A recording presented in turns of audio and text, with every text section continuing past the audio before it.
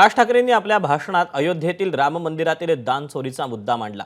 राम मंदिराच्या देणगीतून 1400 कोटींची चोरी करण्यात आल्याचा आरोप केला। तसंच यावर भाजपचं कोणीही बोलत नाही अशी टीकाही केली।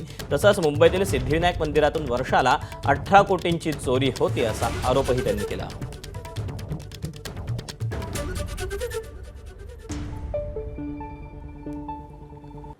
राम मंदिरासारखं इतकं भावनिक दृष्ट्या महत्वाचं असलेलं एक राम मंदिर उभं राहतं आणि त्या राम मंदिरामध्ये 1400 कोटी, आता नुसता जस्ट आकडा आलेला आहे, 1400 कोटी रुपयांची चोरी होते।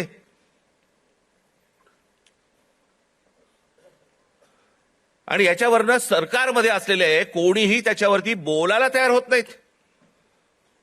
राम मंदिरावरती मतं मागताना बरोबर गेलात तुम्ही, पंतप्रधानांनी याच्यावरती बोलायला नको राम मंदिराच्या चोरीबद्दल?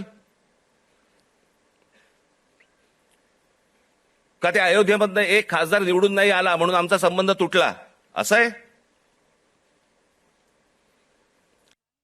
18 कोटी रुपये दर वर्षाचे सिद्धिविनायक मंदिरामधनं चोरी होतीये। आपण भाबडेपणाने, भाविकपणे आपण तिकडे जातोय, दानपेटीमध्ये आपण टाकतोय, हे असल्या चोऱ्या होत आहेत। ही माणसं सगळी मंदिरं लुटतायत। हाच तो तरुण, हेच ते विद्यार्थी परीक्षांच्या वेळेला नोकरीसाठी मंदिरामध्ये जातायत, पायऱ्या झिजवतायत, सांगतायत देवाला मला नोकरी मिळू देत, आणि त्याच मंदिरामध्ये चोऱ्या होत आहेत। तिकडचेच विश्वस्त चोऱ्या करतायत, सरकारवरती विश्वास ठेवता येत नाही म्हणून मंदिरात जावं तर मंदिरावरती विश्वास ठेवता येत नाही। ही जर समजा देशाची परिस्थिती असेल, होईल काय? रस्त्यावरतीच उद्रेक होईल।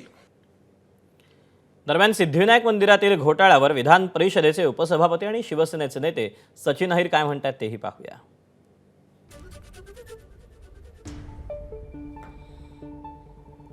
आता सिद्धिविनायक मध्ये कोण होता हे मी सांगायची गरज नाही। म्हणजे तो दाखला आम्हाला लागू होतो का त्यांच्या बाजूला बसलेले असतील त्यांना लागू होतो, हाही एक प्रश्न आणि एक संभ्रमाचा निर्णय निर्माण होतो।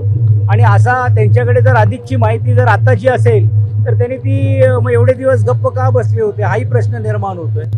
परवाच्याच सभेमध्ये एकनाथ शिंदेजींनी जो मुद्दा मांडला होता, मी म्हणत नाही का त्यात हे योग्य आहे का अयोग्य आहे, पण त्याची चर्चा न करता मला ते विषांतर करण्याचा प्रयत्न दुर्दैवाने होतोय।